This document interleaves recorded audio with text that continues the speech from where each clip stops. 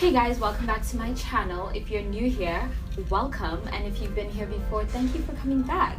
So for today's video, I'm going to be showing you how to create this sort of studio setup, or just how to create your own at-home studio. And I'm working with limited space, I'm working with a limited budget, because I know most of you either live in a city like New York where you have to live in a box, or you're a college student and you're just working with limited resources. So we're just gonna make it work.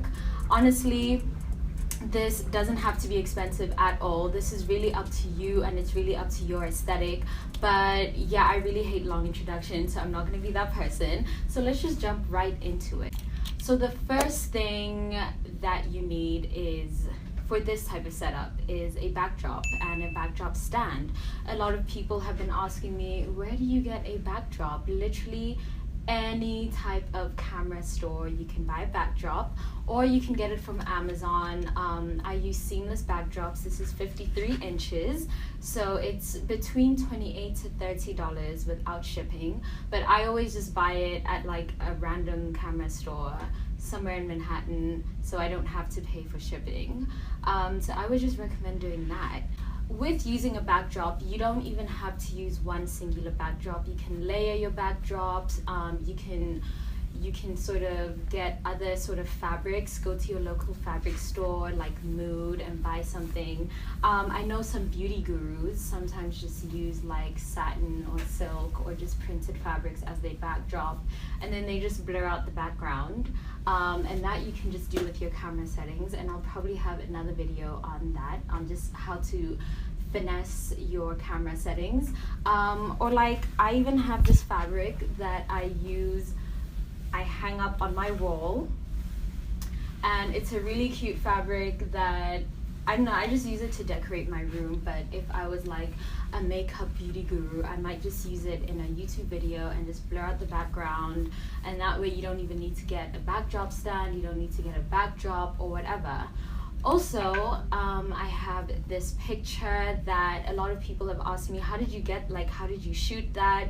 And all that is just layering. So I got this piece of fabric that it looks like clouds, and I just got that off of Amazon, and I literally just stick it up my wall, and then I just layer it with another backdrop, and then I position my camera so that it's facing me upwards, and that also makes you look taller, and it's also just more flattering in general, and it like brings out your curves. So that's just like some more tricks, and I'll probably make another video on like how to finesse angles to bring out certain features that you like to bring out.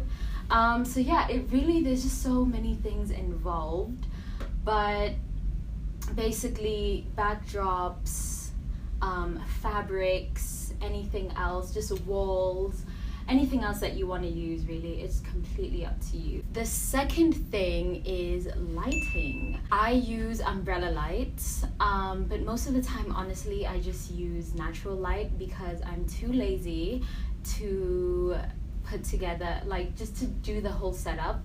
But also I love, like, natural light just makes you look so good. So I would always 10 out of 10 recommend using natural light, so you don't even have to go out and buy umbrella lights.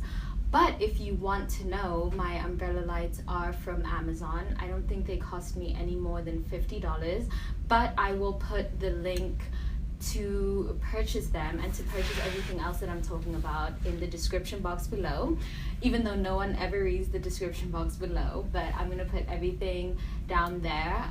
So I use umbrella lights that are silver, and that's what I'm using right now. As you can sort of see, like, the sort of camera setup that I have going on.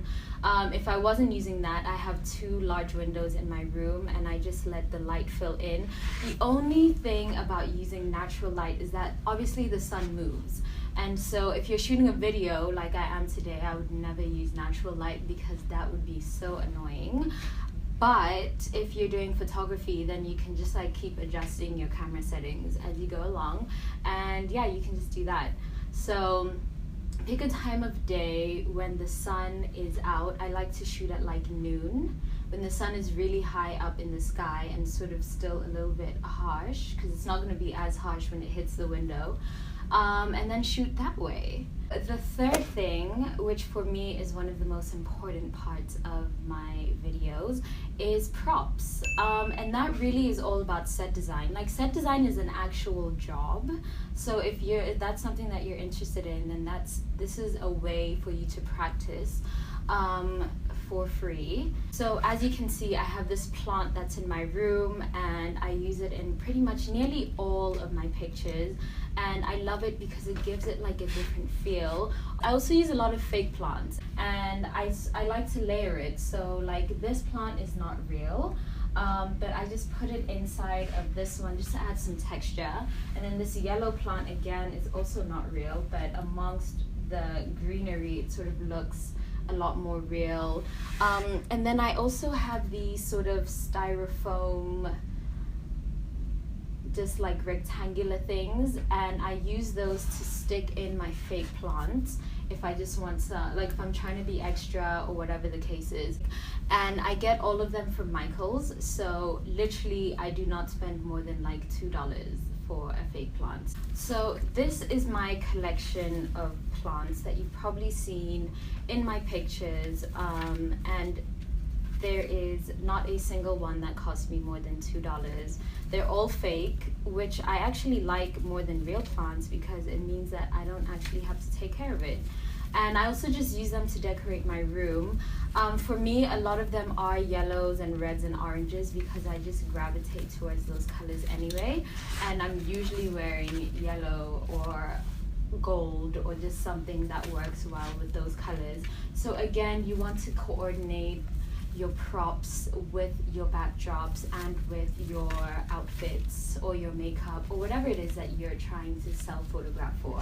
And then of course you can also use outfits and accessories as props. So like, I have these glasses, and if I was shooting this outfit today, I could just pop them on, and like, that would sort of give a different type of feel.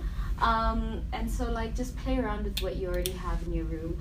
Chances are you have more than you think, and work with what you have already. So there you have it, guys. Now you can create your own Vogue editorials in your room and no one would even know. Thank you so much for watching this video all the way to the end. If you haven't already subscribed, please go ahead and like, comment, and subscribe. Let me know if this video was helpful. I really do want to be more consistent, but I'm a Gemini, so the way my attention span is set up with like long-term projects, but you know, God is working on me. God is working on me, so I'm definitely gonna be more consistent with it. I'm looking to do one video every week where I teach you a new facet of self-photography and just like the art of self-portrait. Let me know what type of video you would like to see next. If you want to keep up with my art and with my pictures, follow me on Instagram at thisfashionfiend. All my links to my social media pages will be linked in the description box below. And also another thing is, I'm thinking of doing like an interview series with other creatives so that they can show you how they create their art and like how they got to where they are, because I know there's a lot of aspiring models, a lot of aspiring photographers, a lot of aspiring just creatives in general. So I just want to like share the knowledge. So let me know if that would be useful, because I have so many people that I would love to bring on, and like we can just talk about like how to become a model, like how to get signed, you know, like just things like that. So again, I'm rambling. Thank you so much for watching my video. Don't forget to hit that subscribe button, and I will be here back again next week, probably like Sunday. So next week Sunday. And if you're in New York, I'm hosting an event called Black Girl Creative. It's just gonna be a room full of magical black women, just magical women of color in general. Men are also invited, all genders are invited, all races are invited. But just come and share each other's creative energies, and we'll be sharing tips on how to grow a social media following, how to brand yourself online, how to be an artist in just these competitive spaces, and just how to flourish. So thank you for watching, and I will see